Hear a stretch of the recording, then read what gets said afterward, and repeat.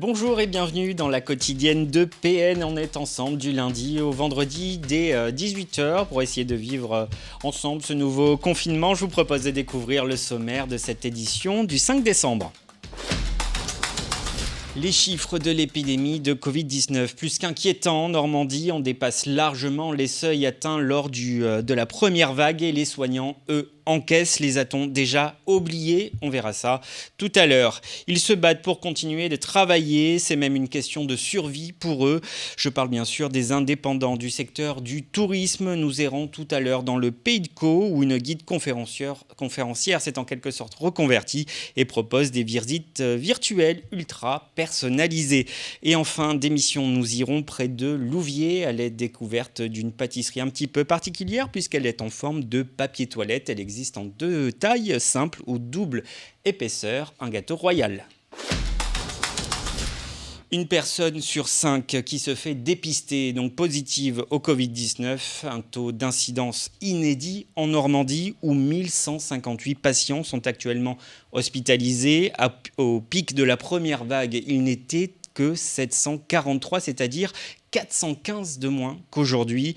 Le taux de mortalité, lui, ne bouge pas, le virus est le même et il tue tout autant en proportion. Les plans blancs ont donc été déclenchés dans tous les établissements de santé de la Normandie et trouver des renforts de patients est devenu mission impossible. Il faut dire que toutes les régions de France sont concernées en même temps par l'épidémie. Les soignants, justement, qui doivent donc affronter une nouvelle vague beaucoup plus forte que la première. Et pourtant, le soir, à 20h, plus personne ne les applaudit. A-t-on déjà oublié les promesses que la plupart d'entre nous leur avons faites face à leur désarroi de la première vague? Martin Torrent est allé vous poser la question dans les rues de Rouen. N'hésitez pas entre-temps à commenter, à donner votre avis en commentaire. On écoute. À mon goût, non, parce qu'ils font un boulot extraordinaire. Et c'est bien dommage, justement, on parle du Covid, mais eux, ils travaillent. Ils ont été un peu augmentés, mais par rapport à ce qu'ils font, ils sauvent des vies. Et puis non, on ne parle vraiment pas assez d'eux. Je pense qu'on en parle un petit peu moins. On parle plus, disons le terrorisme, les élections américaines. Bon, c'est vrai que ça va, et tous ces sujets-là, ça va durer un moment, donc on parle un peu moins du personnel soignant. Les personnels soignants en tant que tels, le travail du personnel soignant, je ne suis pas sûr. Et c'est vrai que c'est pas le sujet numéro 1 dans les réseaux sociaux. Ouais, je pense que c'est devenu une habitude, donc après c'est vrai qu'au début c'était des héros, c'est vrai que là on a tendance un peu à les oublier maintenant. On devrait plus en parler parce qu'ils sont dévoués quand très même. Dévoués, oui, très dévoués. Puis, il y a des risques aussi pour eux quand même. Ah ben c'est sûr, oui, Alors, il y a des risques. oui, il faut faire attention. C'est-à-dire que les gens se lassent. Et c'est vrai qu'on aurait besoin de les aider, les soutenir. Parce que eux, ils se dévouent quand même pour les malades. Et voilà, et la Normandie qui déplore donc à ce jour un total de 700 décès dus au coronavirus.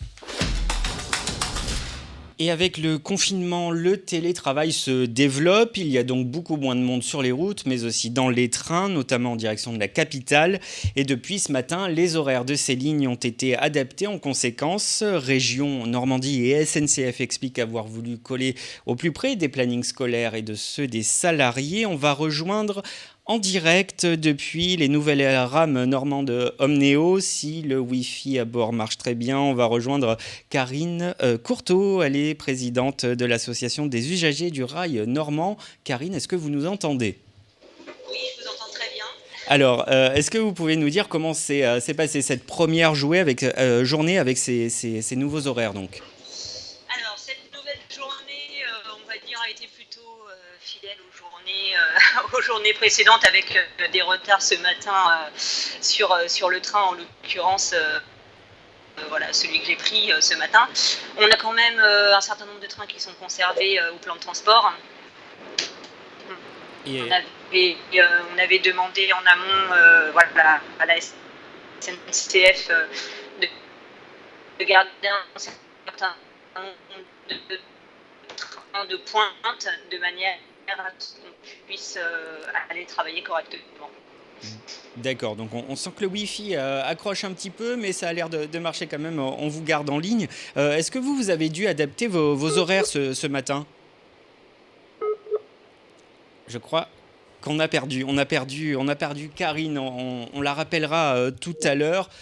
Vous avez donné beaucoup de questions, notamment sur le train entre Le Havre et Marseille. Je me demande bien s'il existe encore, moi aussi. Je vais essayer de vous donner la réponse prochainement. Et donc, on retrouvera Karine un petit peu plus tard, si c'est possible.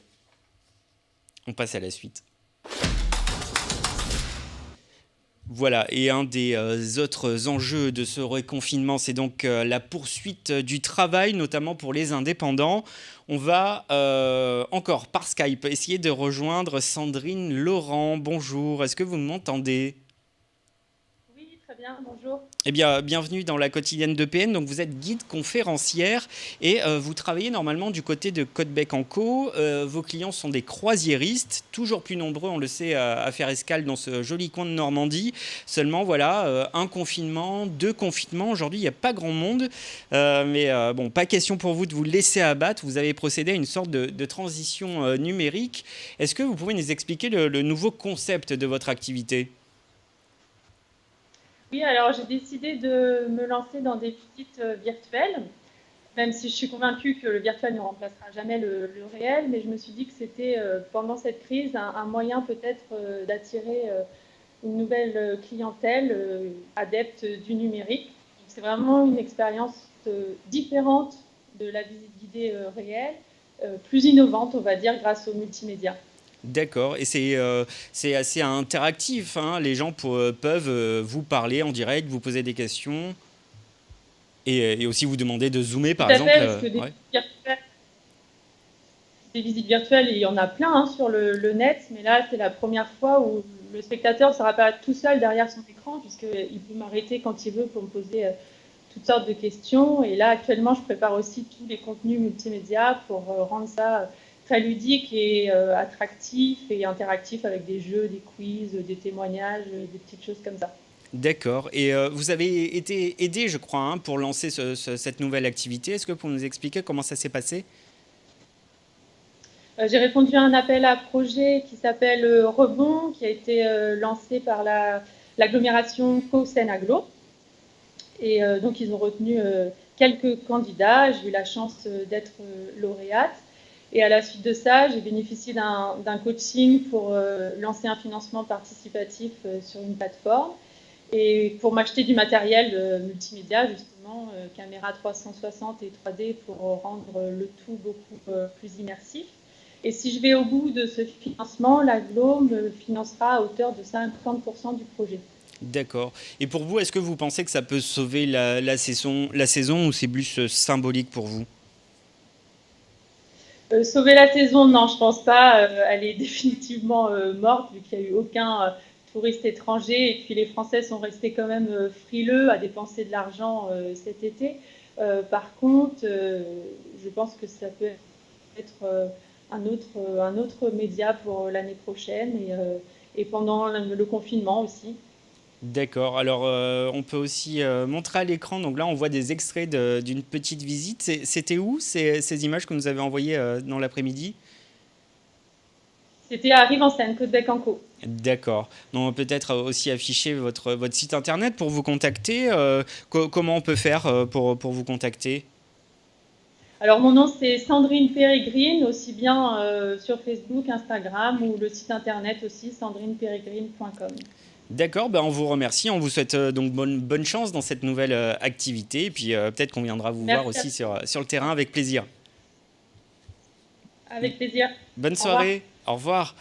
Et alors, on me dit dans l'oreillette, comme on dit, que nous avons retrouvé Karine dans son train. Karine Courteau. Ah non, on n'y arrive pas finalement. Eh bien, je vais donc accueillir tout de suite une journaliste de Paris-Normandie. Elle s'appelle Céline Bruet. Vous la connaissez bien puisqu'elle est venue plusieurs fois sur le plateau. Bonjour Céline, vous êtes là.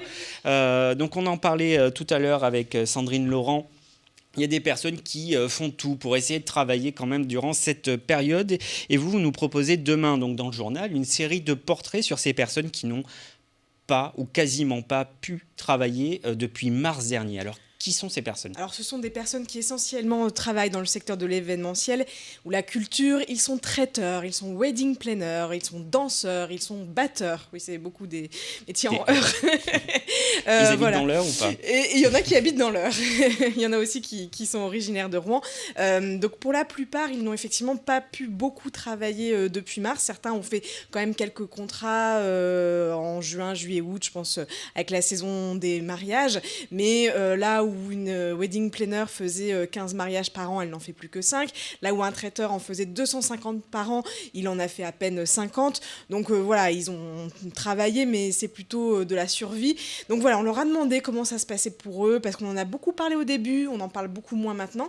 On parle de tous ces gens qui ont dû s'arrêter de nouveau de travailler, mais eux, ça fait plus de 6 mois qu'ils ne travaillent pratiquement pas. Donc voilà, ils nous expliquent leur quotidien, ils nous expliquent comment financièrement ça se passe pour eux, quelles aides auxquelles ils ont eu droit ou pas, parce que par exemple pour les maîtres d'hôtel, leur statut est assez particulier, leur cas n'est toujours pas réglé par le gouvernement. Voilà, tout ça c'est à lire dans nos éditions de Paris-Normandie.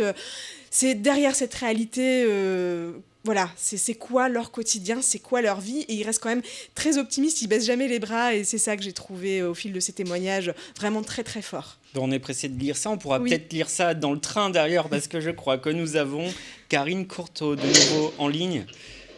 Oui, ça coupe. Ça coupe un petit peu, donc on en parlait tout à l'heure. Donc des horaires adaptés face au confinement et la baisse de fréquentation donc, dans les trains.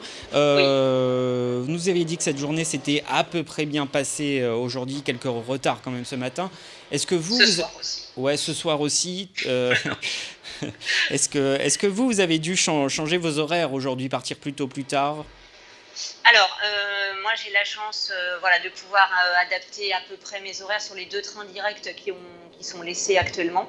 Donc j'alterne entre les deux. Après, il m'arrive de prendre le train un petit peu plus tard certains matins. Et effectivement, là pour le coup, je serai obligée d'adapter puisque nous avons des directs qui ont été supprimés. Et forcément, du coup, on doit s'organiser pour prendre le train un petit peu plus tard. D'accord. Est-ce que vous... pour pouvoir arriver correctement sur le tram. D'accord, on vous remercie Karine Courteau et puis on vous souhaite bon voyage, bon courage et puis on se tient en courant. Merci. Pour la suite. Oui, merci beaucoup. Problème. À bientôt. Merci, au revoir. Au revoir. Alors on va pouvoir passer à la dernière partie de cette émission qui est très sucrée, vous allez voir. Voilà, je vous disais, dans le sommaire, on va avoir un petit peu de douceur maintenant dans cette émission. Donc la douceur du papier toilette, mais aussi du sucre. Et oui, c'est possible. Vous voyez un petit peu ces images d'Audrey Clier. Ce que vous voyez, ça s'appelle le PQ. C'est une pâtisserie qui s'arrache comme des petits pains. Elle est vendue près de Louviers. Je crois que nous avons en ligne Audrey Clier, qui est donc journaliste à Paris-Normandie. Et elle est allée voir ce pâtissier aujourd'hui. Audrey, est-ce que vous m'entendez ? Oui, très bien. Alors, dites-moi tout sur le PQ, s'il vous plaît. Écoutez, c'est une cliente qui a posté sur les réseaux sociaux cette pâtisserie et ça a fait le buzz assez rapidement. Alors en fait, qu'est-ce que c'est ? J'ai été interroger le boulanger. Il a constaté au moment de l'annonce du reconfinement et puis même des rumeurs quelques jours auparavant que les gens se ruaient sur le papier toilette. Donc voilà, il a voulu se moquer un peu gentiment de ces personnes-là. Donc il en a fait une pâtisserie qu'il a commencé à créer il n'y a même pas une semaine. D'accord. Et alors, en fait, il y a quoi dedans ? C'est fait de quoi ? Quel goût ça a, surtout ? Alors, c'est de la mousse. Donc, il y a différentes saveurs. Il y a du chocolat. Il y a aussi fraise citron. Il va lancer des pâtisseries à la pistache. Et pour les gourmands, il y a aussi une pâtisserie double épaisseur, donc qui est plus imposante que les D'accord. Et alors, est-ce qu'on sait si ça se vend bien finalement, ou est-ce que c'est juste pour le buzz, entre guillemets ? Alors oui, ça se vend bien parce que ça pique la curiosité des clients. Voilà. Donc après, le boulanger voilà, fait ça uniquement le temps du confinement. Il pense pas faire ça tout le long. Donc voilà, c'est juste un peu voilà, faire un petit clin d'œil et voilà quoi. Ça amuse tout le monde, les clients, le boulanger et voilà. D'accord, et puis nous aussi, hein. On a oublié de dire dans quelle ville ça se trouvait, c'est où? Saint-Pierre-du-Vauvray. D'accord, donc c'est près de Louviers, c'est ça? Exactement, exactement. D'accord. Est-ce que vous y aviez goûté, vous, au PQ, si je puis me permettre? Alors non, pas encore, mais ça a l'air très appétissant, honnêtement. Voilà, pour avoir discuté avec le pâtissier, en plus, il s'amuse à le faire, donc ça donne envie d'essayer. Évidemment. Bah, je vous remercie, Audrey, et puis j'espère vous revoir bientôt dans la quotidienne de PN. Bonne Merci. soirée. Bonne soirée. Et voilà, donc cette émission touche à sa fin. Et ne ratez pas donc demain dans les kiosques votre Paris-Normandie avec un dossier consacré à ces commerçants donc, qui s'adaptent malgré le confinement. On vous parlera aussi d'une carte interactive dans laquelle on peut retrouver tous les click and collect disponibles près de chez soi. C'est très utile. Une autre chose qui est aussi utile sont les attestations déjà imprimées dans le journal Paris-Normandie. Voilà, on se retrouve demain et puis en attendant, prenez soin de vous.